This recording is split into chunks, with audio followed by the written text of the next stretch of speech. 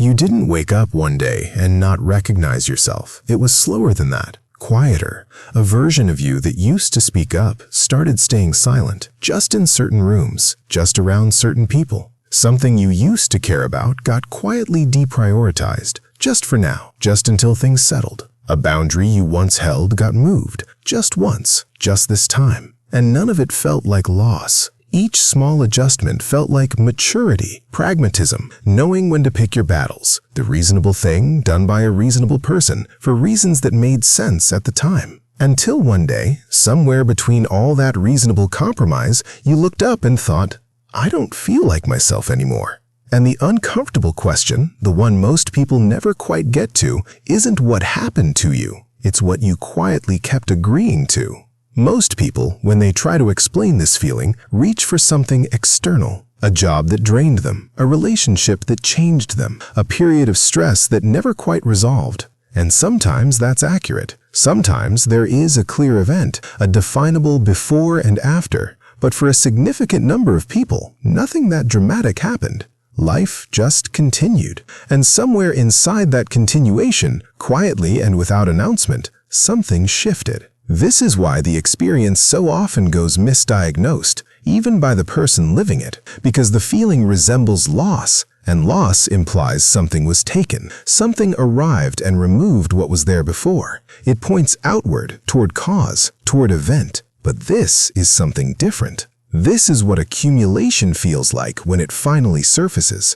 A slow, mostly invisible negotiation conducted across months or years below the level of conscious awareness in increments too small to audit individually, which means the question to actually ask is, what if you didn't lose yourself, but gradually traded yourself away, one reasonable compromise at a time? In the 1980s and 90s, psychologist Dan McAdams developed a theory that reframed what identity actually is.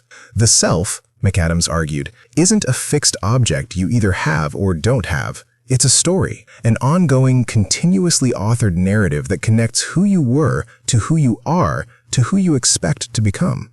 You don't just have an identity, you actively maintain one every day through the coherence between the story you tell about yourself and the life you're actually living. When those two things align, you feel like yourself. When they quietly diverge, when the person doing the living no longer resembles the character in the story, the brain registers a problem, not as a single moment of crisis, but as a low, persistent wrongness that's difficult to locate and harder to name. That feeling has a more precise cause than most people realize.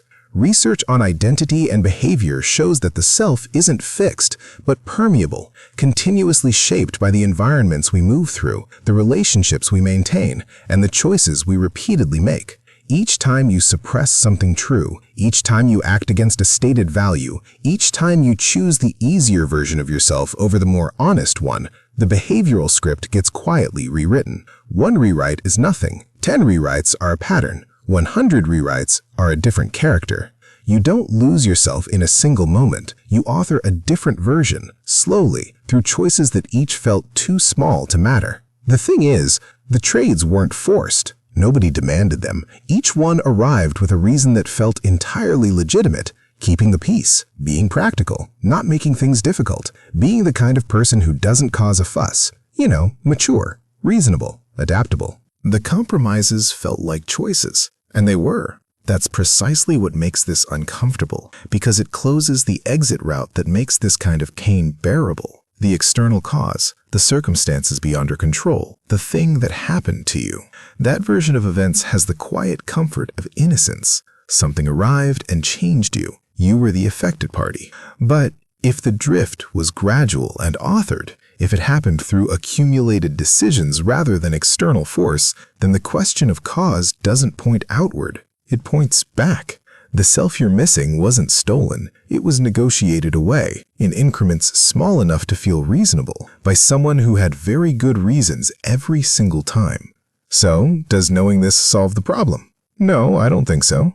But something does shift when you see it clearly, because the story most people tell about this feeling, that something external produced it, that story, however comforting, leaves you with nothing to work with.